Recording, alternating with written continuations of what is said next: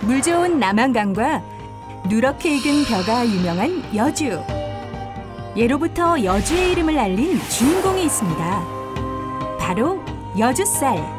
왕에게 진상하던 질 좋은 여주쌀이 수백 년 전 선조들의 지혜를 이어갑니다. 그때 그 시절의 기억을 되살려주는 시원한 한 사발. 오늘은 오랜 역사와 전통을 이어가는 우리 술, 가양주를 만나봅니다.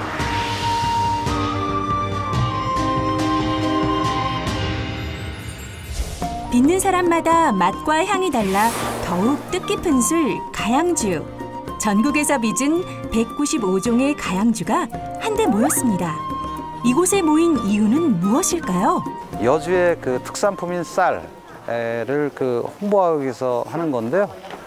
넓게 홍보 차원에서 이번 대회를 개최하게 됐고요. 의의가 상당히 크다고 생각을 합니다. 여주 특산품이 두 가지가 있습니다. 여주 진상쌀이 있고요. 고구마가 여주 유명했었습니다.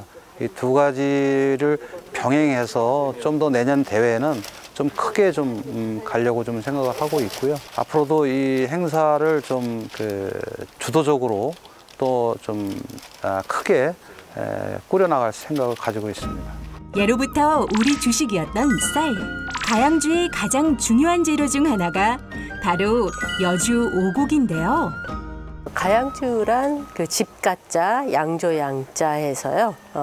집에서 술을 빚는 것을 이야기해요. 그래서 우리는 원래 누룩으로 이렇게 집에서 햅쌀이나 이런 게 나오면 술을 빚던 그런 문화예요. 그래서 그거를 저희는 가양주라고 하죠.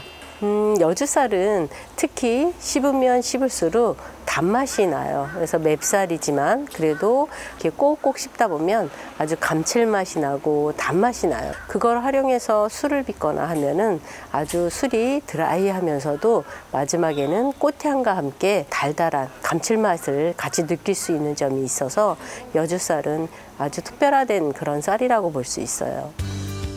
전통 문화를 조명하고 계승하고자 열린 여주 오곡 가양주 품평회. 올해 처음 시작한 행사지만 전국적으로 뜨거운 관심을 받았습니다. 여주 오곡으로 빚은 가양주 품평회는 5월 4일부터 신청 접수를 시작을 했는데요. 청주 부분에 112건, 그리고 탁주, 막걸리 부분에 83건, 그래서 총 195건이 신청 접수되었습니다. 저희가 처음 시작한 품평회 대회이다 보니까 걱정도 많이 했었는데 의외의 반응이 굉장히 좋았고 일반인들이 가양주 문화에 굉장히 관심이 많구나라는 부분에 있어서 저희가 내년도 그리고 내후년도 지속적으로 이 대회를 키워나갈 수 있다는 희망을 갖게 해준 아주 의미 있는 행사였습니다. 여주 오곡으로 빚은 가양주 품평회는 여주시청 그리고 여주세종문화재단 외 SNS 그리고 각종 보도자료를 통해서 홍보를 진행했습니다. 그리고 관련 조리학과라든지 전통주 관련 교육기관의 홍보물을 발송함으로써 가양주에 관심 있는 많은 분들께 정보를 전달해 드렸습니다. 신청 방법은 우편 그리고 이메일 통해서 이메일이나 팩스를 통해서 접수를 받았고요. 신청하신 분들께는 저희 여주쌀 10kg를 보내드려서 여주쌀로 가양주를 만들 수 있도록 저희가 제공을 해드렸습니다. 그렇다면 여주 오곡 가양주 품평회는 어떤 절차로 진행될까요? 각 부문별 한 개씩 가양주 출품이 허용되며 출품 시에는 제조 과정이 확인 가능한 제조 설명서를 필수적으로 제출합니다. 3리터 가량의 출품작을 접수받아서 1차 심사를 거친 후에 36작품의 본선, 진출작을 선정하였습니다. 청주와 관련된 전문가 3명과 막걸리와 관련된 전문가 3명, 총 6명의 심사위원이 구성됩니다. 이들은 색과 향, 맛과 질감을 포함한 5개 부문에 대한 엄격하고 공정한 심사를 진행했는데요. 맛을 음미하고 색을 유심히 살피며 심사하는 심사위원들. 심사지에 평가를 신중하게 적어 내려갑니다.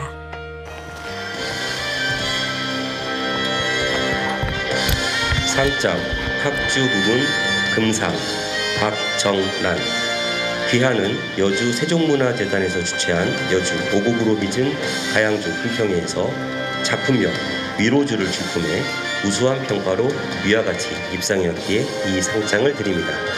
상장 청주 부분 금상 정홍철.